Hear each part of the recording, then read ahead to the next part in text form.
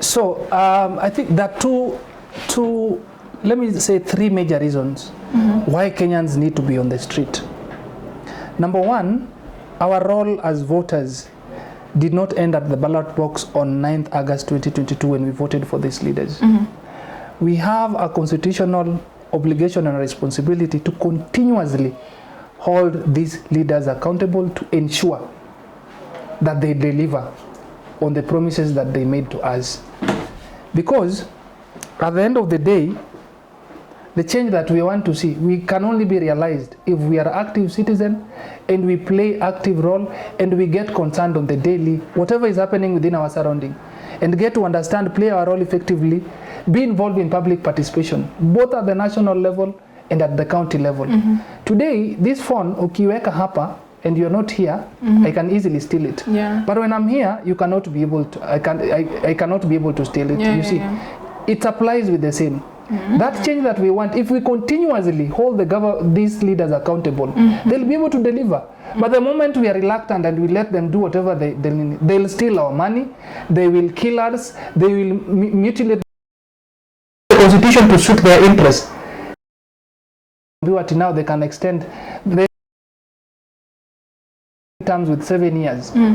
Wakaanza sasa tukaambiwa ati sisi ndio manufacture the president who was here for 24 years. It can never happen. It can never happen. We rather die than seeing a dictatorship system coming back to this country. That dispensation of the Constitution 2010, where the sovereignty power belongs to the people. It can never.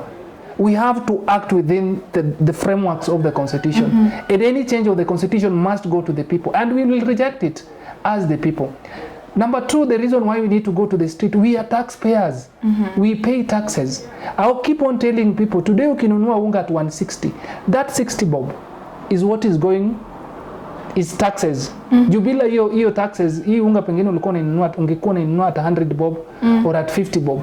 But because there is taxes that need to go to ensure that there is good road infrastructure, umeona vile Wakenya wamekufa kwa jali, moso hata hiyo Eldoret, ni Eldoret ni road ile ya inaenda, ni Eldoret Vihiga road or which one? You see, bad roads. Those are the things that money taxes need to be able. That taxes need to ensure you have water. That taxes need to ensure that when your child go to school, there is enough desk, kuna walimu, kuna vitabu, ni masomo tu. Sasa ni mtoto ndiye amua ameshindwa na masomo. Everything anapata. That money is what ensure when you go to hospital, there is enough, there is drugs, there is infrastructures, there is doctors, and you can be able to access and afford health services so that we don't keep losing people. Watu bado hii nchi watu wanakufa na malaria. Imagine. You see? So that is the reality, and that is why, because it is your money. The moment Kenyan will realize that these people, we pay them. Hizi magari makubwa hizi, Lexus nini zenye wanakimbia nayo, those are our taxes. I pay president bana. Now we need to realize these are on wafanyikazi. These are just servants. Leadership is a position to serve, not to be served. But you see, sisi tukinini tunaabudu kama Mungu. People have to differentiate. Holding a leader accountable haimanishi mimi niko na kichwa ngumu. That is why we have to differentiate between issues za religion na state issues. So that usianza kuniambia mtu anaiba, let us pray for our people. Let us just pray. Mungu awanini. And the things vitu zenye zinaumiza wa Kenya ni religion, corruption na tribe. Vitu tatu. Corruption, religion, because most of the time a leader anaiba. When you challenge them, unajua saizi siwezi kuja kwa nyumba yako, you will not hold you accountable. But the moment you hold a public office, we have to question you. We have to hold you accountable. We have to demand answers from you. Because umeenda pale kutu represent. Sisi hatukukuambia ukuje, wewe ndio uliamua mimi naweza wa represent vizuri. Na sisi tukascrutinize tukaona nyewe kulingana na vile huko you can represent as well. So you are accountable to us because you have to report back to us. Unaenda tulikutuma tarehe 20, umerudi tarehe 30, wamesema ajama kuko vipi. That is what need to be done. Si hizi matanga na kukaa kwa juu ya gari ati, that is not public participation and that is not representation. We need to define what representation entails. Kenyans need to understand.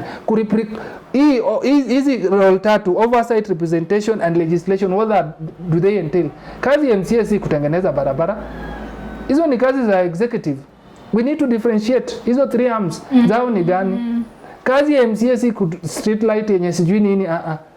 It is about tuambie ni policies gani zenye nini. How are you ensuring pesa zetu haziibwi when we still have scandals? You see, look at the auditor's report. Auditor's report. Inaonyesha nini? We are expending money on travels. Watu wameenda na girlfriends zao ngambo na nini. Yet people do not even have water. Yet we still do not have a mechanism to collect garbage in Nairobi city. Nairobi ni chafu, sewage kila pahali and all that. We are doing PR. You see, people in Turkana cannot even access water. Yet we have devolution. What the essence of devolution was to be able to bring services closer to mwananchi. So we need to need this role. Then the third reason why we need to go to the street, we have to protect the constitution. Article 3. We the people, we have, every Kenyan have a responsibility to protect this constitution. When the constitution is being mutilated, when there is disregard of the rule of law, hata tumeona court orders zinakuwa disregarded by the president na IG. Ule alienda na huyu.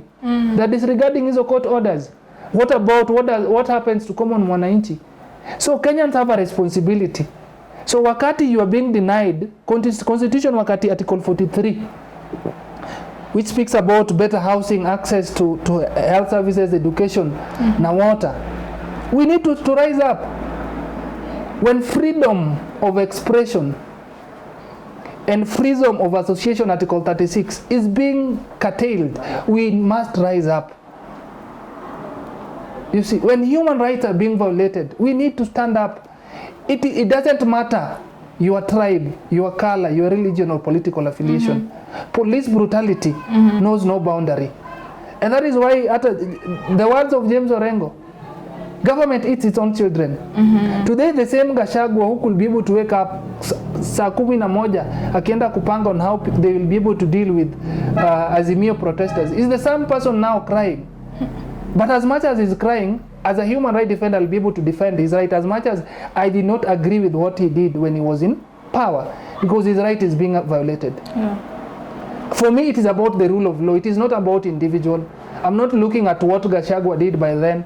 Yes, whatever he did, he violated that rule of law. And he need to be dealt with according to the law. But when his right is being violated, I have to stand up.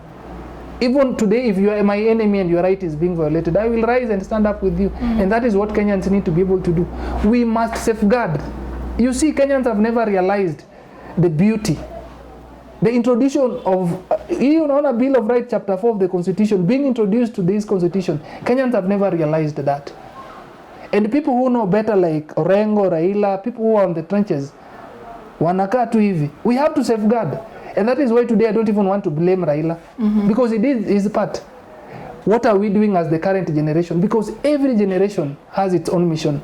You must identify that mission, fulfill it or betray it. What is our mission? We have to safeguard, because the freedoms that we are enjoying today, it took some people's blood. People were killed, people were jailed, people were tortured, the people like akina Raila. So yeye aliplay part yake, hata kiona ni wakati wa kukula, but what are we doing as the current generation? Ama bado tumekubali atubebe kichwa yetu kama tissue, where akisema left tunaenda left without questioning, akisema right tunaenda because whatever baba amesema iko sawa, ama baba mali baba anaona wewe huwezi ona ukikaa nini. No, we appreciate the contribution of some of these leaders did, but for how long are we going to pay that price tag? It is now our turn to identify our mission. Ours is economic liberation. For them it was independence na multi-party nini, repealing of section 2A of the constitution, na kukuwa na hiyo uhuru na multipartyism, ikakuwa na the struggle of human rights, which was the best thing that has ever happened was the introduction of the Bills of Rights, Chapter 4 of the Constitution. So we must safeguard, we must at all cost, because the moment we allow, and that is why I keep on saying Moi is still alive, and it is a time Kenyans bury Moi alive, because we are still seeing the dark days of Moi alive. We know very well Ruto is a child, ni mtoto wa Moi. YK92. We know the history of this country.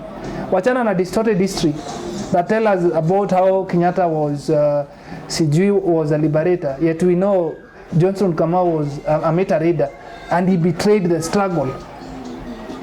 Watoto naye najua wataambiwa hivyo, the first founding father, for the sake of kupita mtiani will tell them that. But the reality, we must be able to rewrite the history of this country and tell the people the right history. And even people who are betraying the struggle right now, the history will judge them harshly. So sometimes it is not about you as an individual, it is about the future. So whatever the country we want is a better country for us, for our children, and the generation to come. So that the years to come, si bado mtoto wangu anakuwa denied the right to protest. Ama is talking about lack of water. Ama is talking about police brutality. Still talking about teenage pregnancies, youth mental health, the things that we were going to the street to demonstrate for. No, we want to see a country, a systems that work, a democratic country that respect the rule of law, that protect, promote, and fulfill human rights. So at all cost, because today I cannot be able to organize. I've been in a situation where our office was attacked by the MCN police on April 22nd, 2024. Sisi tulifurushwa kwa ofisi, vitu zikatupwa nje.